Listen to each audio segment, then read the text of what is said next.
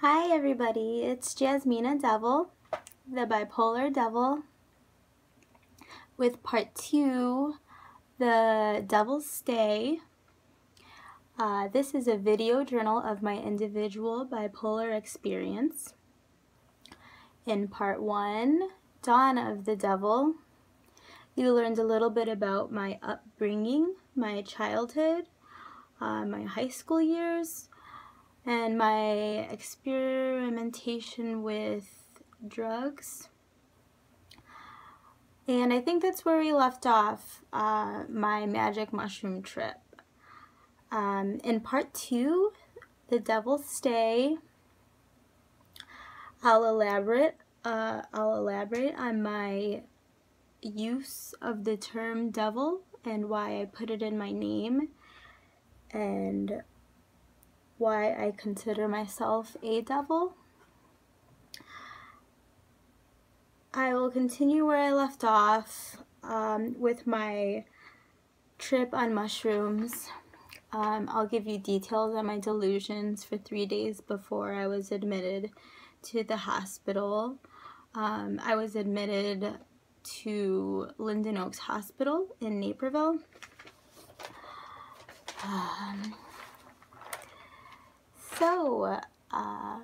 What the fucking devil? I can't really say for sure, but what most people probably think when they hear my name is, oh please, how cliche, this girl thinks she's bad, this girl thinks she's evil. Well, guess what?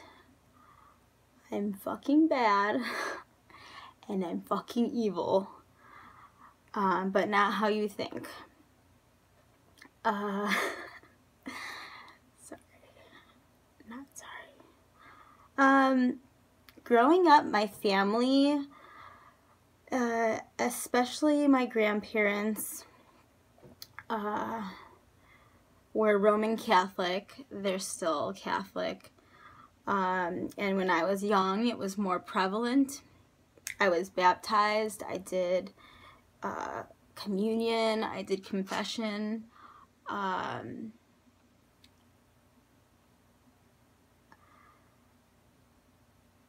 a little girl,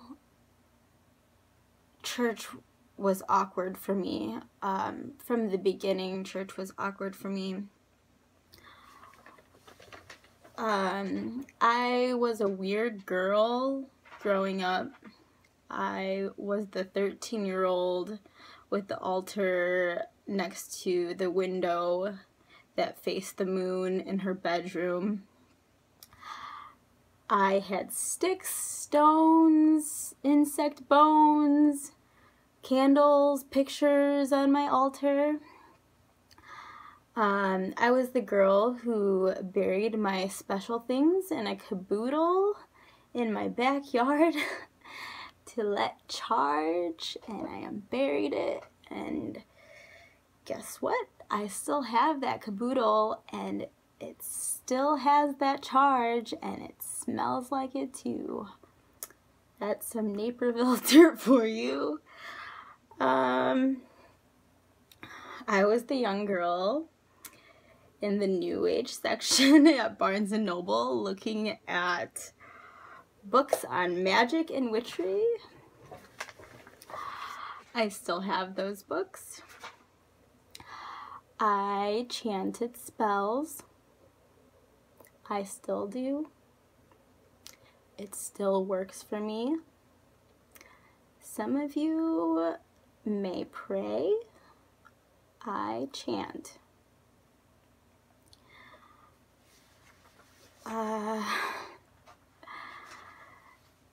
People ask, what do I believe? Do I hate Jesus? I happen to have a Batterlitten tattoo that I get questioned about a lot. That has nothing to do with my beliefs. That's just a band that I liked a lot because they're smart. But what do I believe? God, to me, is everything in the entirety of the universe. Everything. Everything working together as one giant force. Everything is affected by everything. Everything has the power.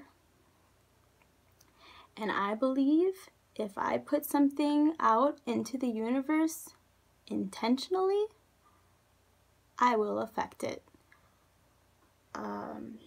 I believe anyone or anything can hold a power source. I got good at it. I got good at channeling energies. But I admit that I am also susceptible to energies that are unwanted. Negative energies. I tend to feed off of most things that I am surrounded by. I'm like a sponge. I take it in and I bring it out. I was always taught not to speak of witchery. I was taught that a good witch keeps to herself. Like I said in my intro, I have nothing to lose. And there it is. I believe that I'm a witch who is a part of an almighty force, and that I have control of the things in my life most of the time. I do not believe that I am the most powerful force of the almighty force. I'm only one human being. So, to wrap up my Harry Potter brouhaha, I do not believe Jesus is my savior. He probably would hate the way this whole Christianity thing is turning out to be.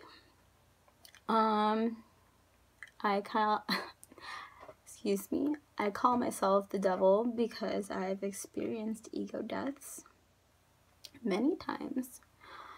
And I rose above to live with my experiences, knowing I could have another death or episode or bipolar episode at any given time. I've been in hell, and I've come back, and I'm prepared to go again. Now, where did I leave off? I woke up from my trip, still tripping.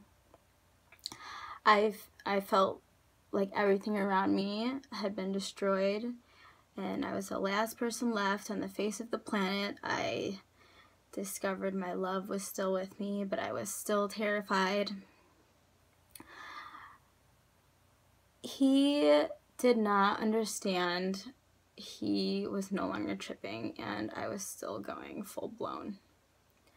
Looking back now, he was terrified because we were in my house, my mom's house, and I was still tripping. So we left, and I remember feeling like I had so many great epiphanies. Everything was different from reality. The reality I knew. The sun was brighter, everything was colorful, my senses were out of this world. I knew something, and it was big. Everything I could think of was true. I don't know if you've heard that song, that Tom Waits song, Everything You Can Think of Is True, but that is my fucking jam. I started rambling about streetlights, signs, houses, sewers, parks, Naperville. Fucking Naperville, man. I had all these conspiracy theories. I kept rambling on about some ring in Naperville. I felt like I was being watched by everything. There was something in the sky. For 2 days, I was riding with my love because I think he was afraid I wasn't coming back to reality, and he needed to tell someone, like my mom. So the third day came, and we went back to my house, and straight to the bedroom. I was still tripping. And my love confessed to my mom that we had taken mushrooms. And I remember her screaming into my bedroom, Jasmine, I took mushrooms! And in my tripping eyes, her jaw just dropped all the way to the floor like wax from a candle that's been burning for hours. Like, ah! And I was terrified. I got up, I ran straight out of the house. She ran after me, and she caught me and said, Jasmina, okay, it's okay. It's gonna be okay. We just have to get back in the house. We don't want to scare the neighbors. And I went back into the house because I felt a little bit better after she did that.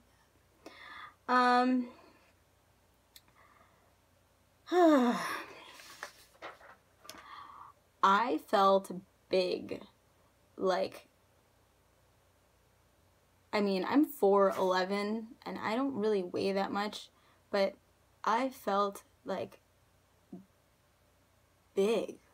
I don't know how to explain that, but like maybe like Mario gets big after he eats his mushroom. I don't know. There was just like this, I felt like a cow, not like a cow, but like I just felt really big. Like my hand, like when I looked at my hands, they seemed huge, and like everything was just like giant and in my face. There was something really different about my perception. I felt everything differently.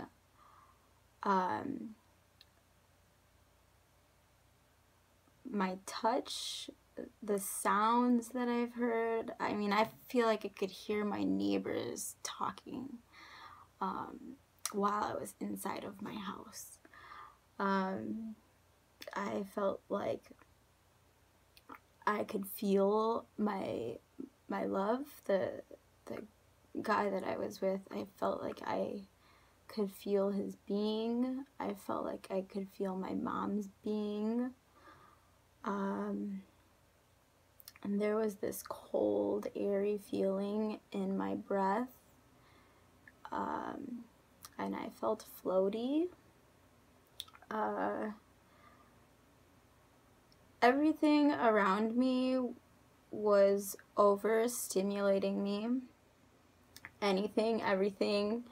Everything perceived by me was overstimulating me all at one time. I tried explaining, but nothing makes sense when everything happens at once.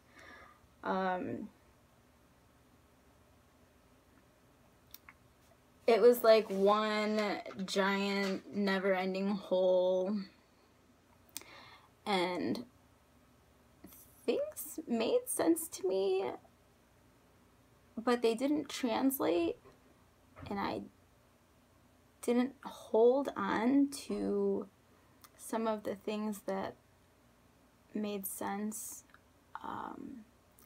but I did hold on to a lot of the things that made sense. My mind was speeding and doing something it had never done before. There were some really strange things that happened after I was hospitalized and discharged. Things that can be considered really creepy. Things that my family witnessed to be true. I knew things and figured some things out and did some things that normal people can't do. But I will get into that.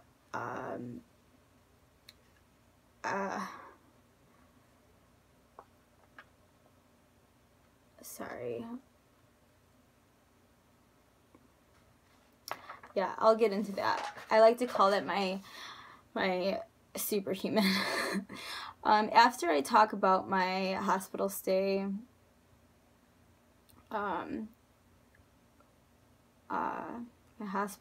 which also includes some crazy phenomenon and strange mind and body activity and experience. There's just so many things that, you know, a crazy person can see that normal people can't, or feel, or do. I'm not crazy now, but who knows, you know? I remember my mom and my love, they were trying to feed me. I wouldn't eat. I was throwing my food. No one believed any of the things I was trying to say. My mom knew I was crazy, out of control, and she took me to the emergency room. I was pretty hilarious in the hospital. I couldn't stop pushing buttons, pulling out my IV. I was singing, laughing. I remember the carpet looked like one of those magic eye books. Remember those things? They were awesome. I was wacky. And I was admitted for over a month. I really would like to talk about the medications they tried on me, and their effect on me. You would never believe some of the side effects of certain medications on people, on me at least. I mean, it gets so weird. I mean, I'll just, I mean, like, when you're lactating and you're not pregnant, like, why does that happen when you take this and this drug? I remember the drug. I'm going to save the details for the next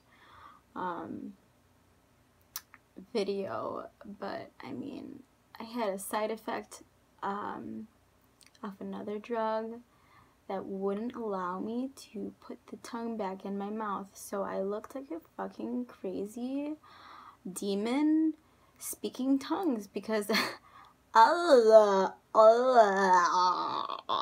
what was happening to me. It was, and they gave me like Cogentin or something to counteract the fucking, it was Haldol. But there's like just a bunch of stuff like that that I want to talk about.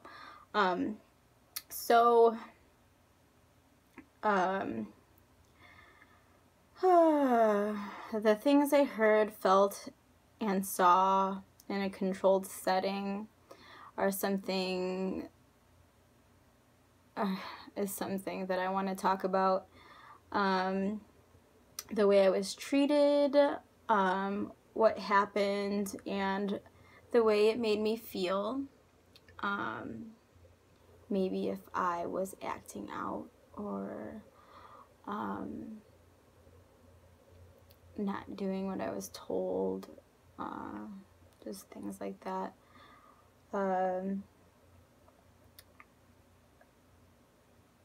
This out of control experience was the birth of my devil. My hospital stay was strange. I discovered some things about myself that I've always been afraid to admit. Now I'm in a place to say everything I have ever thought and felt and saw. Anything I've known or learned about a first manic episode.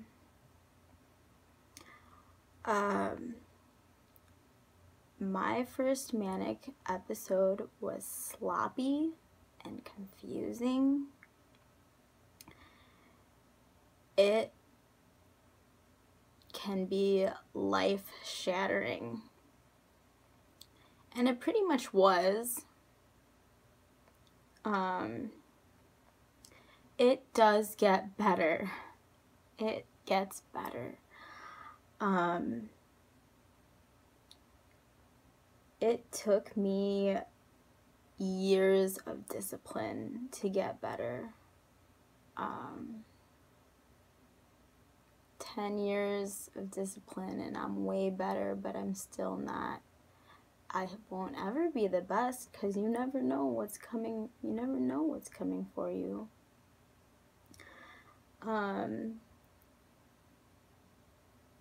I can't wait to start talking about my hospital stay.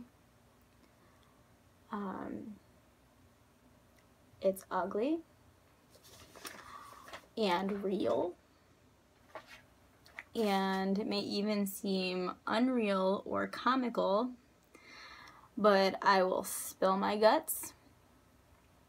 I know that I'm not alone with bipolar, and I want others to feel that way as well. If you are diagnosed, you are not alone, and there is hope.